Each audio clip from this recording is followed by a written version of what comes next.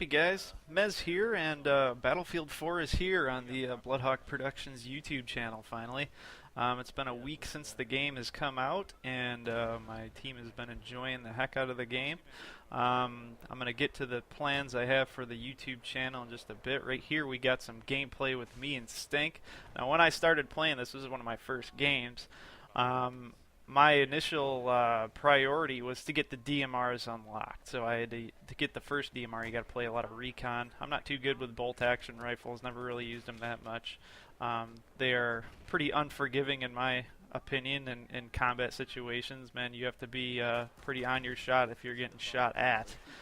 They're all good when you're when you got the element of surprise, but man, when you're fighting people and you don't have the element of surprise, it is pretty tough to win gunfights unless you're really far away.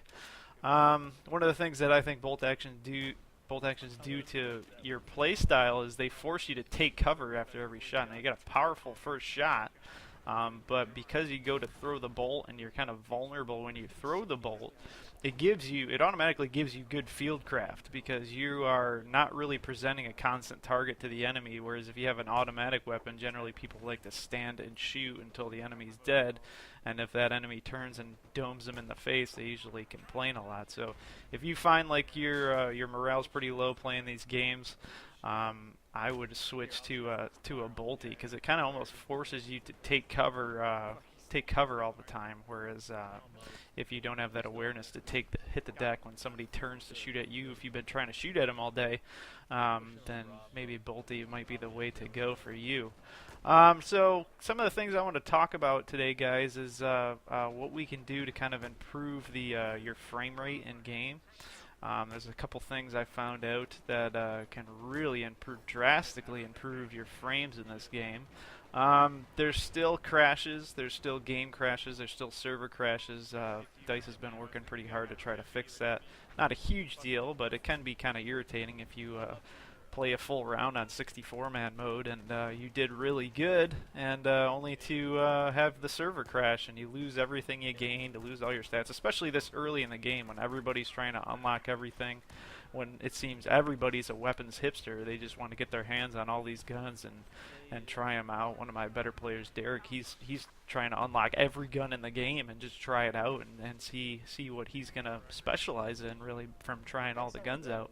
And so my opinion for where I'm going is I'm going to go with the DMRs. I have unlocked the Scar H sniper variant, and it has pretty low recoil, and it's funny, it says it's less accurate than the other DMRs, but statistically, if you look on Simthic, it's actually twice as accurate as a lot of the sniper variant weapons are, the DMRs. So I'm going to actually probably specialize with that. I kind of like that play style. I am going to get outgunned a lot in close quarters because of it, but distance fighting is kind of what it specializes in, and I'm working on that a lot. And playing support. I like having my C4 and unlimited supply of it, and all the other gadgets are pretty cool. The mortars are pretty awesome. On hardcore, you don't get really a crosshair with the aimer on it, which is kind of a pain in the butt, but you can kind of guess where you're shooting, and it does pretty good. But anyway, let's get to the goodies here, guys. So one of the things I found out with Battlefield 4 performance is that Windows 8 8.1 actually does a lot better job with CPU optimization than Windows 7 does. If you're still sitting on a Windows 7 machine, it might be time to upgrade to Windows 8 because I've checked out a few websites, saw some benchmarks with a lot of different setups with Intel CPU, with AMD CPU, with NVIDIA GPU, with AMD GPU, and the results are amazing, man. People are getting 10, 20, 30, 40 more frames playing Battlefield 4 with Windows 8 than with Windows 7. So if you haven't tried this out, if you're struggling to get frames, it might be a good idea to give Windows 8 a try. It's definitely a good way to give it a start, especially if you're really struggling with frames right now. If you can't at least get 60 frames on this game at all times, then you're going to struggle, especially in close quarter situations. It's just really hard to follow targets when your game's not running smoothly. So it'd be something you could try out. Another thing that I've noticed is that the new drivers that have come out for ATI cards and NVIDIA require you to have the latest chipset for your BIOS and the latest firmware for your BIOS, the latest firmware for your chipset. And they're only able to work with those. So if you notice you get stuttering in game, that type of lag, a lot of people say they've getting lag. Solon, one of my buddies, says he's been getting lag. He doesn't really know his definition of lag. I mean, lag in my definition is kind of like more of a network thing, like you're lagging all over the place, rubber banding, that type of thing. But that said, this is one of the things you can do if you notice that kind of stuttering. The newer drivers don't really work with older versions of chipsets and firmware. So that's one thing you want to check, is to make sure you have up-to-date BIOS, you have an up-to-date chipset. I did this myself, and I noticed a 10. Let's talk about some of the in-game settings too. The field of view is broken in this game. It doesn't really adjust properly. So like I tried it out. I tried to up my field of view, and if you have a large field of view, when you aim down sight, it doesn't zoom. Everything just appears super small. So I just left it at the default setting. It's not like Battlefield 3 where it would scale properly. Another things that I did, I mean, there's a lot of things you obviously can do to up your frame rate, especially like turning off ambient occlusion, turning off a lot of your anti-aliasing.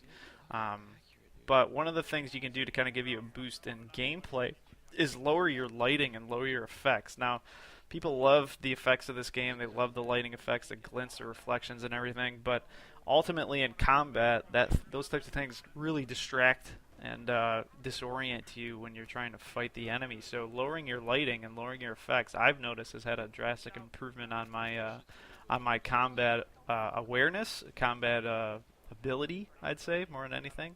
So that would be my recommendation for you, is to kind of turn those things low. And that's about it. That's all I got for tweaks and everything so far. Oh, another thing, before I forget too, is I found a program that you can use to unlock all your cores for your CPU. A lot of times Windows will park cores that are not in use. And this is one thing you can do to drastically improve your performance. When I did this, I got about a 20% increase in frames. When I put my game on, running at what I was running at, it just sat at 200 frames per second. So this is something you can do to drastically improve your performance. I'm going to put a link down at the bottom. What you're going to do is basically run it. It runs, and it'll show you which cores are parked on your CPU. You'll unpark it. You'll restart your computer, and the next time you play Battlefield 4, you should be able to run the game much better. Another thing too, if you guys don't know, Game Booster is another way you can kind of clear your memory out. If you're running kind of like an 8 gigabyte, 6 gigabyte setup, you might want to clear out a lot of your processes and stuff to free up some memory for the game. I still run this. Before I upgraded my RAM, I had it even close down my Explorer. And then you'd have to hit Control-Alt-R to kind of recover your Explorer after you're done playing, and that would give me the boost I needed to have enough available RAM to play the game. But now that I have 24 gigabytes of RAM, I kind of have limited the amount of cutting that I've done for my programs. So let's talk about the YouTube channel. Plans for the channel. We're going to be doing a couple different things. I'm going to be doing a weapon mastery series where I'm going to be taking guns that I got 500 kills or more in, and really showing you the loadout that I go with, how to run the weapon.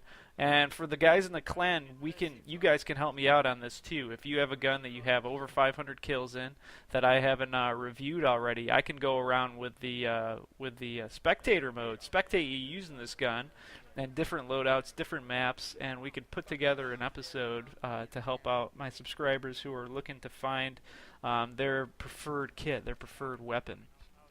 Another series I want to start is the Playbook series, which will probably be mainly for Rush, but it'll be map strategies that we can use as a team and that the community could pick up and use too if they'd like.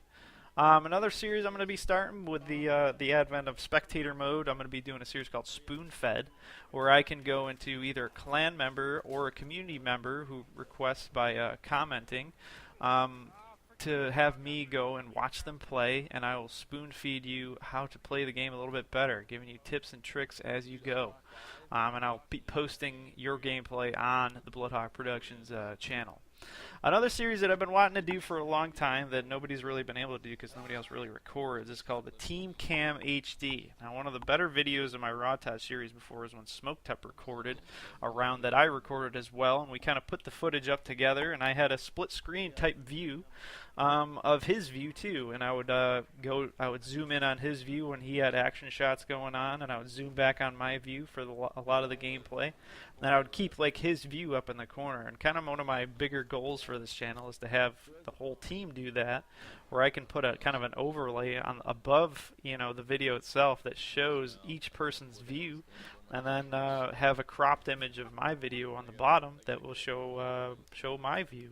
So it would be a cool way to show videos on YouTube. It's a little bit of work, but it would be really entertaining to see, to kind of to go back and watch these huge battles unfold through the view of the entire squad or the entire team. That'd be pretty sweet. But that's it for now, guys. I'm going to be getting into editing some videos. If you have any questions, leave them down in the comment section below, and take care, guys.